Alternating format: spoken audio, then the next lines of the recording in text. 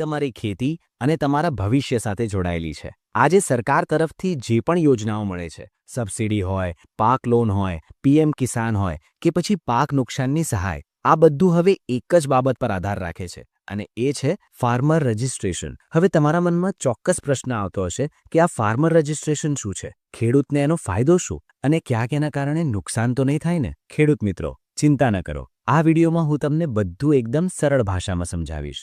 જેમ આપણા માટે આધાર કાર્ડ ઓળખ છે અને આધાર વગર કોઈ સરકારી કામ થતું નથી, એ જ રીતે હવે તમારી ખેતીની જમીન માટે પણ એક ડિજિટલ ઓળખ બનાવવામાં આવી રહી છે। આ ઓળખને કહેવાય છે ફાર્મર આઈડી। દરેક ખેડૂતને 11 આંકડાનો એક અલગ યુનિક નંબર મળશે। સપ્ટેમ્બર 2024થી ભારત સરકાર અને ગુજરાત સરકાર દ્વારા આ ફાર્મર રજિસ્ટ્રેશનની પ્રક્રિયા આખા રાજ્યમાં શરૂ કરી દેવામાં આવી છે। ઘણા ખેડૂત ભાઈઓએ તો આ નોંધણી કરી પણ લીધી છે।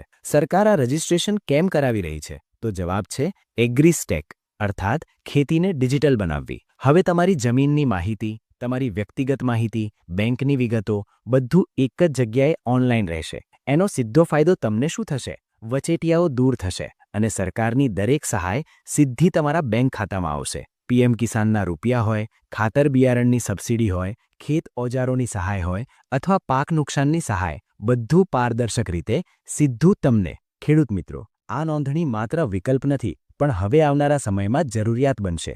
કારણ કે જો તમે નોંધણી નહીં કરાવો તો ભવિષ્યમાં મુશ્કેલીઓ આવી શકે છે। પીએમ કિસાનના 2000 રૂપિયા અટકી શકે છે, એમએસપી ભાવે પાક વેચવામાં તકલીફ પડી શકે છે અને કુદરતી આપત્તિ વખતે સરકારી સહાય મેળવવી પણ અઘરી બની શકે છે। હવે તમે કહેશો કે ચાલો નોંધણી કરાવી લઈએ, પણ કરવી કઈ રીતે? તો ધ્યાનથી સાંભળજો। ફાર્મર રજિસ્ટ્રેશન માટે મુખ્યત્વે 4 વસ્તુઓ જોઈએ: તમારું આધાર કાર્ડ, ખેતીની જમીનના 7 બાર અને 8 બેંક પાસબુકની નકલ અને આધાર સાથે જોડાયેલો ચાલુ મોબાઈલ નંબર, કારણ કે તેમાં ઓટીપી આવશે। આ નોંધણી કરવાની 2 સરળ રીત છે। પહેલી રીત, જો તમને મોબાઈલ ચલાવતા આવડતું હોય અથવા ઘરમાં કોઈ ભણેલું બાળક હોય તો તમે ઘરે બેઠા પણ નોંધણી કરી શકો છો। તે માટે agristack.gov.in વેબસાઇટ પર જાઓ અથવા પ્લે સ્ટોર પરથી farmer registry Gujarat app download કરો। આધાર નંબર નાખીને રજિસ્ટ્રેશન કરો, પછી લોગિન કરીને તમારી માહિતી, બેંકની માહિતી અને જમીનની વિગતો ભરો અને સબમિટ કરો। આ પછી તમારી અરજી પહેલા તલાટીશ્રી પાસે અને પછી નાયબ મામલતદારશ્રી પાસે જશે।